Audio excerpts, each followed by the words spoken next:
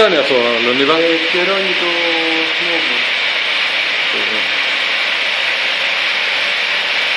Σε πόση ώρα το κάνει? 1 λεπτό. Το φως γιατί είναι τόσο δυνατό, για να είναι ζεστό? Για να ζεσταίνει το κερί και να κολλάει καλύτερα. Από κάτω, ναι.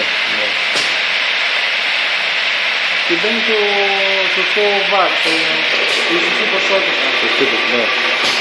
Γιατί με την παραπάνω ποσότητα κολλάει.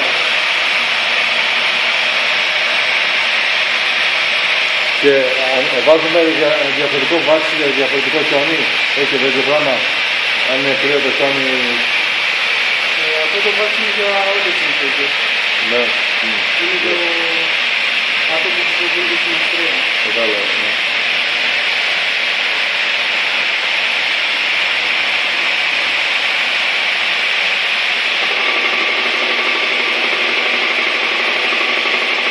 Αυτό είναι καινούργιο μηχάνημα του 2013. Είναι το 2013 άλλο το μηχάνημα.